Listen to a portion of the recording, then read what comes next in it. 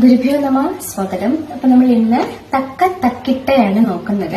തക്ക തക്കിട്ട എന്ന് പറയുമ്പോ നമ്മളുടെ മൂന്നാമത്തെ സ്റ്റെപ്പാണല്ലോ പഞ്ചനടയിലത്തെ. അപ്പൊ ഈ മൂന്നാമത്തെ സ്റ്റെപ്പിൽ നമുക്ക് അതിന്റെ ഒരു പ്രത്യേകത എന്ന് വെച്ചാല് തക്ക വയ്ക്കുന്നു. അപ്പൊ രണ്ട് കൗണ്ടും കൂടി നമ്മൾ ചവിട്ടുമ്പോൾ ഒറ്റ കൗണ്ടായിട്ട് എടുക്കുന്നു. തക്ക വീണ്ടും തക്കിട്ട. അപ്പോ കാല് ചവിട്ടുമ്പോൾ നിങ്ങൾക്ക് മനസ്സിലാവും. ഞാൻ കൈ പറഞ്ഞിട്ടുണ്ടായിരുന്നു, ചെസ്റ്റിന് പേർന്നവർക്ക് പിടിക്കുക.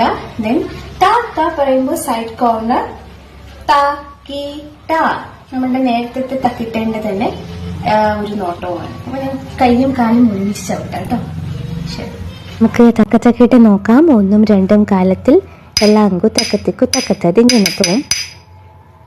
ത ക കി ത ത ക ത കി ത തക്ക തക്കി ത തക്ക തക്കി ത തക്ക തക്കി ത തക്ക തക്കി ത.